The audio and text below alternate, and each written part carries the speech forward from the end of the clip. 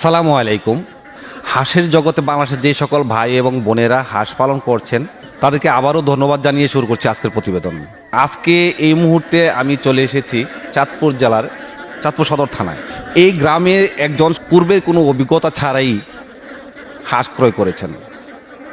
যেখানে এই খাকি ক্যাম্পবেলা হাঁসগুলি নিয়ে আসলেন, সেখানে কতগুলি হাঁস আছে, ওনার কী কী অভিজ্ঞতা আছে, পূর্বে উনি কখনো হাঁস পালন করেছেন কিনা, নাকি এই সম্বন্ধে কোনো ধারণাই ওনার নাই, এই সম্বন্ধে ওনার কাছে কিছু তথ্য জানব। পাশাপাশি আপনাদেরকে উদ্দেশ্য করে বলতে চাই,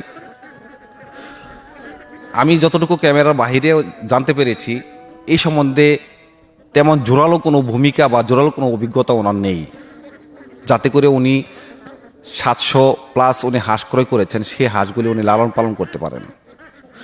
ওনার সবচেয়ে বড় শক্তি হচ্ছে যেখান থেকে উনি হাঁসগুলি ক্রয় করে নিয়ে এসেছেন, সেই প্রতিষ্ঠানটির নাম হচ্ছে মায়ের দু হাঁসের খামার এন্ড হ্যাচারি, যার মালিক হচ্ছে জনাব মোহাম্মদ খায়রুল ভাই। খায়রুল ভাই ওনাকে আগে থেকে পরামর্শ দিয়ে আসছেন এবং হাঁসগুলি ওনার কাছ থেকে কিনে নিয়ে আসছেন, এবং বর্তমানে ওনাকে সব ধরনের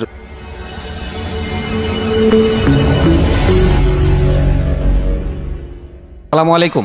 ওয়ালাইকুম সালাম। আসসালামু আলাইকুম। ওয়ালাইকুম আসসালাম। আপনার নাম কি এবং আপনার এই জায়গার গ্রামের ঠিকানাটা একটু বলবেন? আমার নাম হয়েছে আলমগীর, চাঁদপুর কৃষ্ণপুর মিজিবাড়ি আমাদের বাড়ি। তো এখানে আপনি যে হাঁসগুলি কিনলেন কতদিন হইলো কিনলেন? 10-12 দিন হবে। 10-12 দিন হবে। তো এখানে হাঁস কতগুলো আছে? 700 হাসি, 20টা হাঁসা।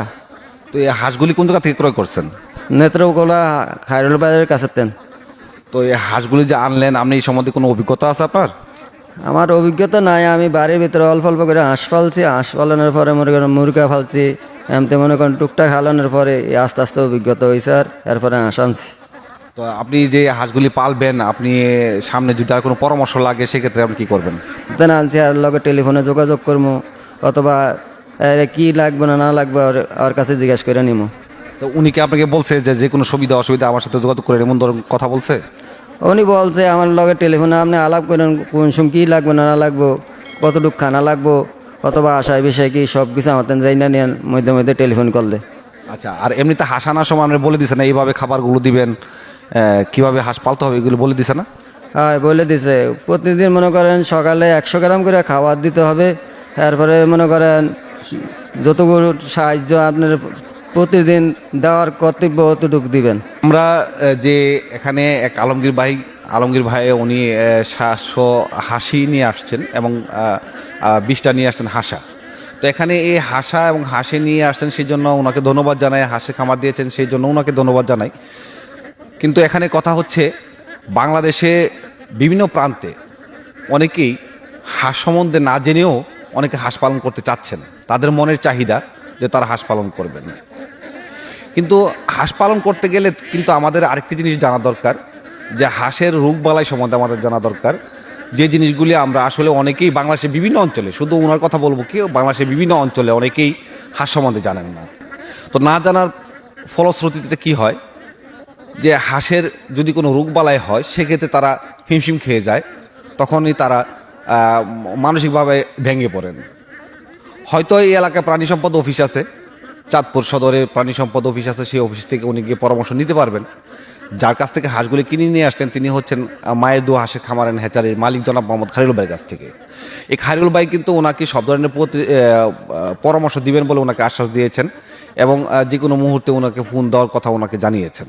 শুধু হাঁস ক্রয় করলেই হবে না, হাঁস সম্বন্ধে আপনাকে জানতে হবে। যেমন জানতে হবে হাঁসকে কী পরিমাণ খাবার দিতে হবে, তেমনই জানতে হবে হাঁসের কী কী রোগবালাই হতে পারে, তা থেকে পরিত্রাণের উপায় কী। আমি আল্লাহর কাছে দোয়া করব আলমগীর ভাই, আপনি এই হাঁসগুলি নিয়ে আপনি সফলতা অর্জন করবেন, এবং যে কোনো সুবিধা অসুবিধায় আপনি যার কাছ থেকে হাঁসগুলি কিনে নিয়ে আসছেন তার সাথে আপনি পরামর্শ নেবেন। পাশাপাশি আপনার এই চাঁদপুর সদরের যে প্রাণী সম্পদ অফিস আছে তাদের সাথে কথা বলবেন, কথা বলে হাঁসের কোনো রোগবালাই হলে সেগুলি সম্বন্ধে আপনি জেনে নেবেন। আজকের প্রতিবেদন এই পর্যন্তই। পরবর্তী ভিডিও দেখার আমন্ত্রণ জানিয়ে আজকে এই পর্যন্ত শেষ করছি। আপনারা ভালো থাকুন, সুস্থ থাকুন। আল্লাহ হাফেজ।